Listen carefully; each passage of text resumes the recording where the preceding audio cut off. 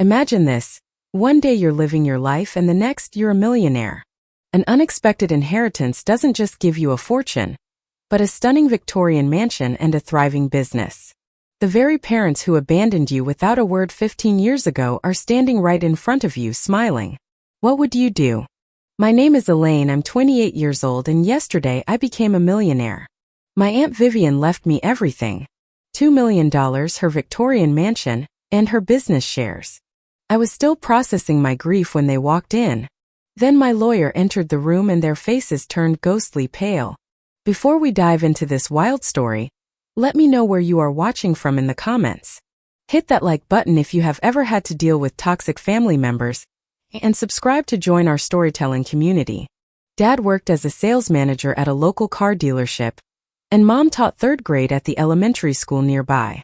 But there were signs I was too young to recognize.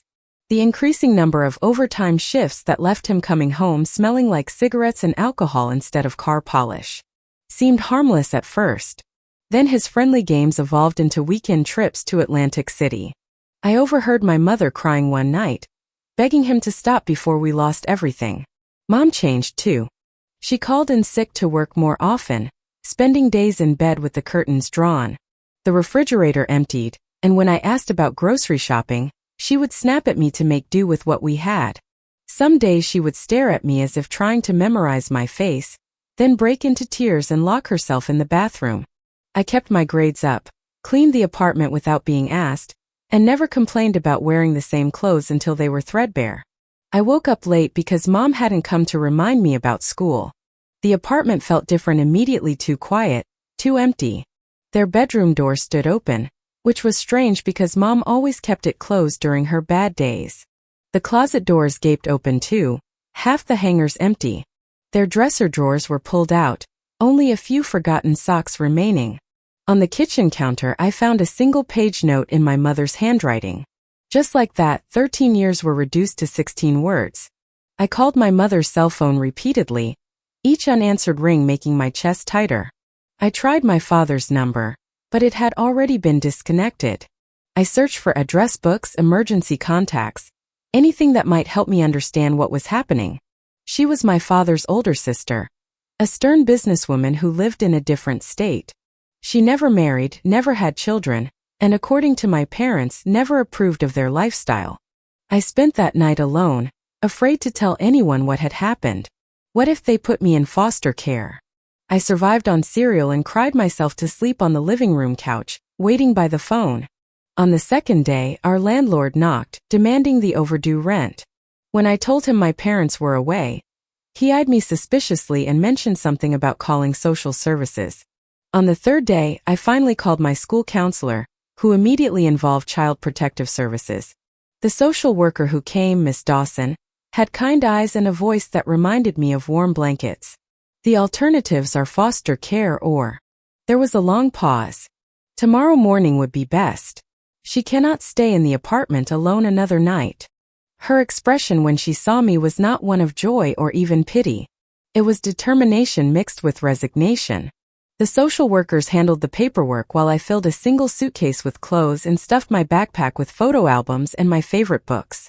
I left behind my childhood bedroom, with glow-in-the-dark stars still stuck to the ceiling.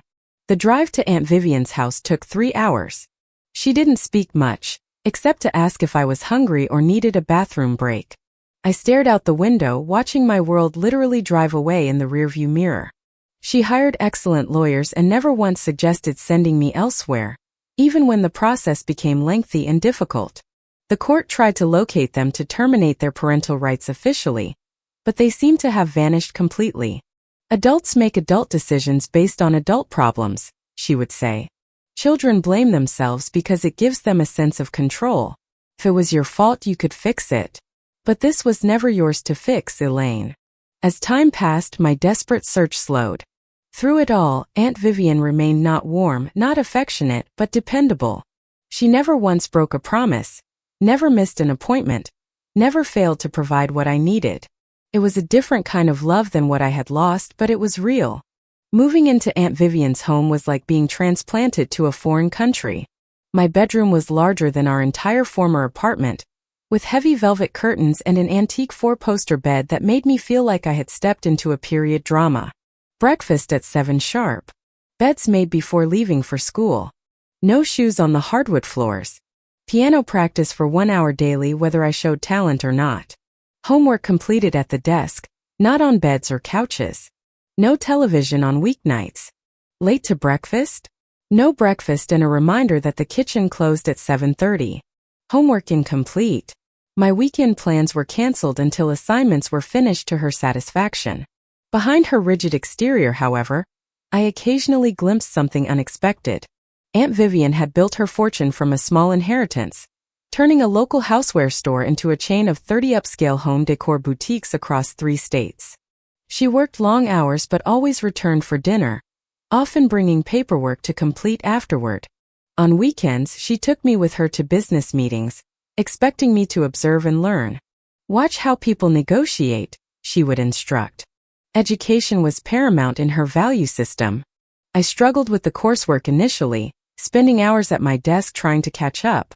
There were nights I wanted to give up, convinced I would never belong in this world of privilege and preparation. But Aunt Vivian would not accept surrender. By junior year, I had worked my way onto the honor roll. College applications brought new stress. Your friends are not thinking of their futures, she said. They are thinking of continuing their social lives. You need to think strategically about building your career. I never asked to be your project. I shouted. Your father was brilliant, she said softly. He could solve complex math problems in his head, but our parents couldn't afford college. He worked at the gas station instead while I got the scholarship. He resented that for years and started gambling to get rich quick, since education was no longer an option. Your mother was the same, bright but limited by circumstances. I applied to 7 schools and was accepted at 5. College brought new freedom and challenges. I joined clubs, made diverse friends, and discovered talents I never knew I possessed. I had a knack for design and marketing strategy that complemented the financial acumen Aunt Vivian had instilled in me. The physical distance somehow allowed emotional closeness to develop. Our Sunday phone calls became less formal, occasionally even including laughter. We developed a comfortable routine, 2 independent women sharing space and occasional meals. Aunt Vivian was diagnosed with pancreatic cancer. The prognosis was poor from the beginning, but she approached her illness with the same disciplined determination she applied to everything else. The only variables are when and how we use the time before that happens. She continued working as long as possible, transitioning responsibilities to me as her strength waned. Our roles reversed gradually. In her final months, a surprising softness emerged in Aunt Vivian. You were the daughter I never allowed myself to have, she whispered. The house echoed with emptiness.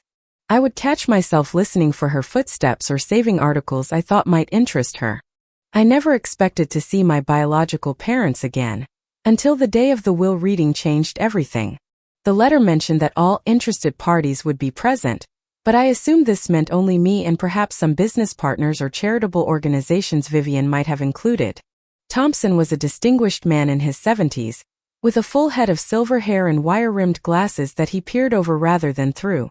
The door opened and I looked up, expecting to see one of Vivian's executives. Time seemed to stop. Standing in the doorway were 2 people I had convinced myself I might never see again. My parents. My mother looked even more altered. Dark circles shadowed her eyes, and when she smiled, it didn't reach them. Elaine, my father said, his voice rougher than I remembered. Look at you, all grown up. My mother reached for an embrace that I couldn't return. I stood stiffly as her arms encircled me, the scent of her perfume both familiar and alien. We've been trying to find you, my mother said, stepping back to examine me. How did you know about today? I managed to ask, my voice sounding strange to my own ears. The room seemed to tilt slightly. Please sit down, Thompson interjected, gesturing to the chairs. As we waited for Thompson to begin, my parents attempted small talk that felt surreal. I manage a convenience store, my father added. Nothing fancy, but it pays the bills. I nodded mechanically, unable to formulate responses. Inside, my emotions churned violently: anger, confusion, hurt, and a treacherous flicker of longing all battled for dominance. Thompson cleared his throat and opened a thick folder. I will summarize the key provisions before providing copies to the relevant parties. My parents leaned forward slightly, an almost imperceptible movement that suddenly made their presence at this reading crystal clear. They had come for money. Thompson adjusted his glasses. He continued, including but not limited to the property at 347 Lakeview Drive, all its contents, and the surrounding 2 acres of land. All bank accounts, investment portfolios and retirement funds, totaling approximately $2 million in liquid assets. My father coughed lightly. Excuse me, Mr. Thompson. Is there anything else? Thompson looked at him over his glasses. My mother's smile tightened. Thompson raised an eyebrow but said nothing. I opened my mouth to object, but Thompson spoke first. I believe there is some confusion about the legal status here, he said calmly.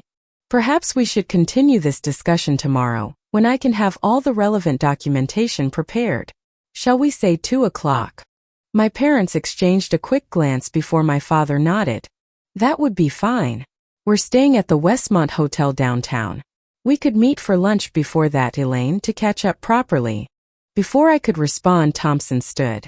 If you will excuse us, I need a few moments with Elaine to discuss some confidential matters related to her immediate responsibilities. My parents hesitated, clearly reluctant to leave without securing their position. We have so much to talk about. As they collected their coats, my father handed me a business card with their cell phone numbers handwritten on the back. Call anytime, he said. Day or night. We have 15 years to make up for. The door had barely closed behind them when I collapsed back into my chair, hands shaking. The attorney's expression was grim. I think you should prepare yourself for a difficult conversation tomorrow, he said. Your aunt anticipated this possibility, but I need time to organize her contingency plans. I left the office in a daze, ignoring 3 calls from my mother before I even reached my car. Despite my better judgment, I agreed to meet my parents for dinner that evening. Thompson had advised waiting until our meeting the following day, but a part of me needed answers only they could provide. My mother had applied fresh makeup and styled her hair, looking more like the woman in my memories. We ordered a bottle of Pinot Noir, my father said. I remember your mother always enjoyed it. I don't drink wine, I replied, requesting water instead. Awkward small talk dominated the first 20 minutes. They asked about my education, my job, my friends. I provided minimal answers while studying their faces for glimpses of the parents I had once loved. We owe you an explanation, my mother finally said, reaching for my hand across the table. I kept mine firmly around my water glass. What we did was wrong. We know that, my father continued. She had money, stability, my mother added. We had nothing to offer but dysfunction. My father looked down at his plate. I got help for my addiction. Been clean for 8 years now. Your mother found the right medication eventually. We've built a modest but stable life. We thought about reaching out so many times, my mother said, tears welling. You said you knew I was with Aunt Vivian, I said. How? We called social services about 6 months after we left. They confirmed you were with family and doing well. We checked every few years after that. The idea that they had made these periodic inquiries while never attempting actual contact made my stomach turn. They had eased their consciences just enough to move on with their lives. We have regretted our decision every day, my mother insisted, a tear sliding down her cheek. The waiter delivered our entrees, creating a brief reprieve from the emotional tension. The house alone must be worth $2 million in today's market, my mother added casually. But there's a difference between helping and having full responsibility. The legal issues alone can be daunting, not to mention tax implications. The pattern was becoming clear. We could help you, my father offered. We've had our struggles, but we've learned a lot about financial management the hard way. What exactly are you asking for? I said bluntly. We're not asking for anything, my father said unconvincingly. They nodded eagerly. We know money can't fix the emotional damage. We just want a chance to be a family again. My father's expression hardened slightly. You have to understand our position. We made a terrible mistake, yes, but Vivian was my sister. That fortune came from our family originally. Our parents left her the seed money to start her business while I got nothing. Not entitled, he backpedaled. Just included. We're your parents, Elaine. Blood means something. The rest of the dinner continued in this vein, swinging between emotional manipulation and financial hints. By dessert, they had mentioned several other debts and suggested I might want to add them to my team at the company with generous salaries. Their story contained elements of truth. I remembered my mother's depression, my father's absences. I researched guardianship laws until my eyes burned. According to everything I could find, my parents' claim seemed tenuous at best. I had been an adult for years now. But why had Thompson seemed concerned? What documentation was he gathering? Around 3 o'clock in the morning, I found myself in Aunt Vivian's study, now mind-searching through her meticulously organized files. Just a precaution, my father explained with a tight smile. Legal matters can get complicated. Thompson greeted them cordially, but without warmth. His assistant brought in a cart loaded with several expandable files and a laptop. Hoffman leaned forward. My clients are concerned about their daughter's sudden inheritance of such substantial assets. As her legal guardians, they have a responsibility to ensure proper management of these resources. Thompson nodded thoughtfully. That is precisely what I wish to address today. There seems to be some confusion about legal status. He opened the first file. Let me clarify the history as documented. He removed several official-looking documents. When Elaine came into Vivian's care, temporary guardianship was established through family court. Social services documented multiple attempts to contact you both regarding permanent arrangements. My parents exchanged a quick glance that confirmed my suspicions before my father spoke. Thompson adjusted his glasses. The investigator documented Mr. Winters's activities at various casinos in Nevada during this period. He also photographed Mrs. Winters working as a cocktail waitress in the same establishments. When approached about Elaine's situation, you both explicitly confirmed your desire to terminate parental responsibilities. Furthermore, Thompson continued relentlessly, the investigator documented a payment of $15,000 from Louis Barker to Mr. Winters the day after those affidavits were signed. That was an unrelated business transaction, my father protested weakly. Thompson ignored the interruption. Miss Hughes continued annual investigations to monitor your situations and determine if reconnection would be beneficial for Elaine.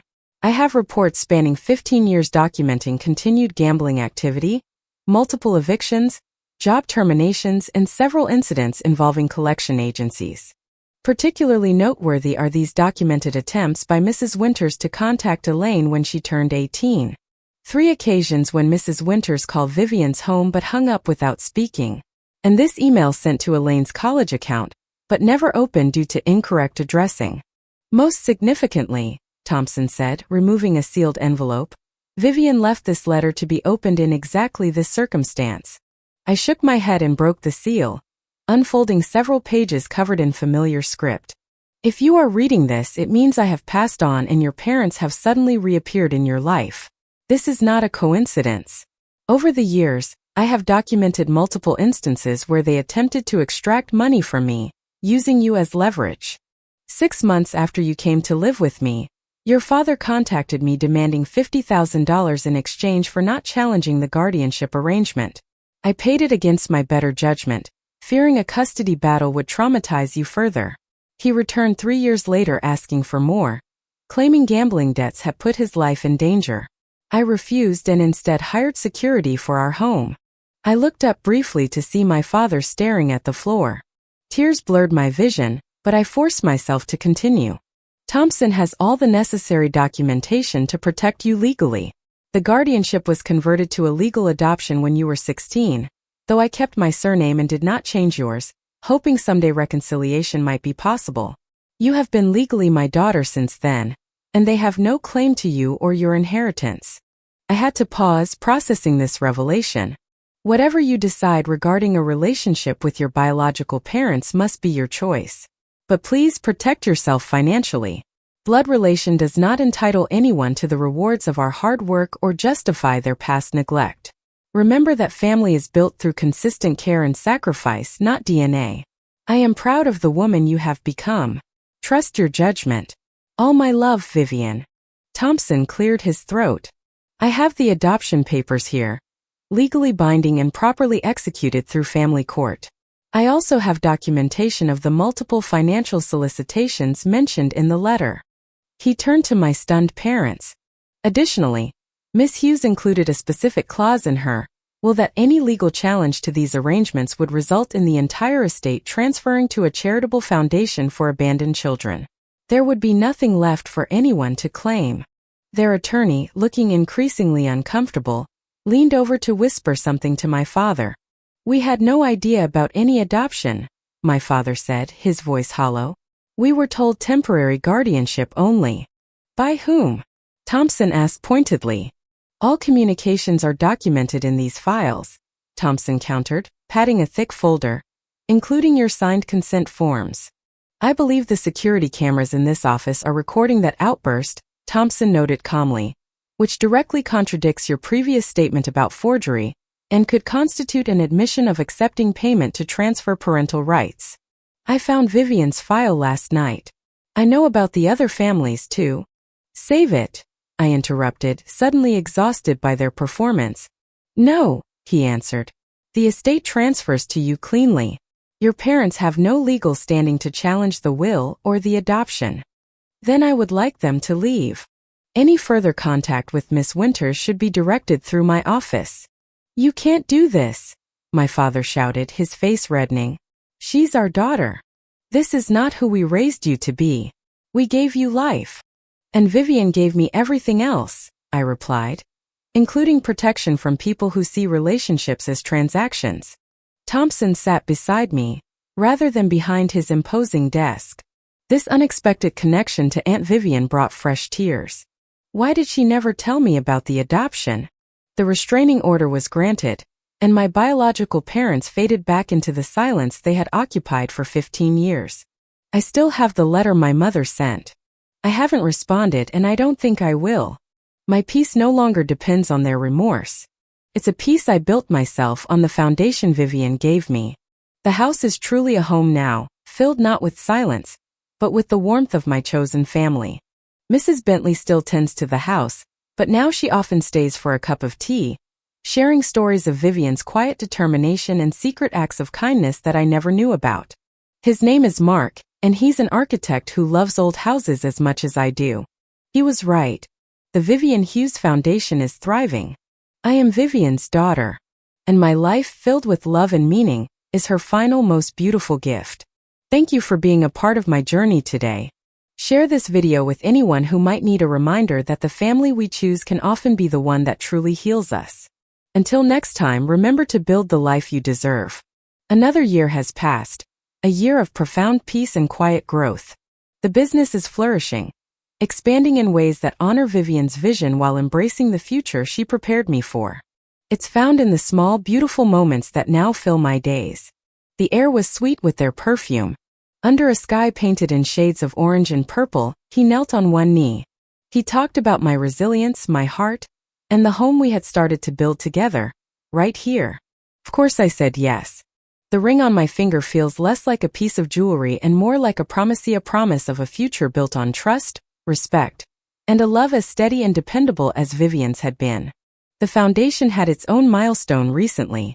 Our first resident, a young woman named Sarah who came to us with nothing but a backpack and a history of heartbreak, just received a full scholarship to study nursing. Not the money but the cycle of care she started, now rippling outwards, touching lives she would never know. After reading Sarah's letter, I walked into my study and opened the drawer where my biological mother's letter has sat for over a year. I took it out, read it one last time and then walked to the fireplace. Their chapter is closed. I forgive them, not for them but for me. I forgive their weakness and their choices, because holding on to that pain only dims the light in the beautiful life I have now.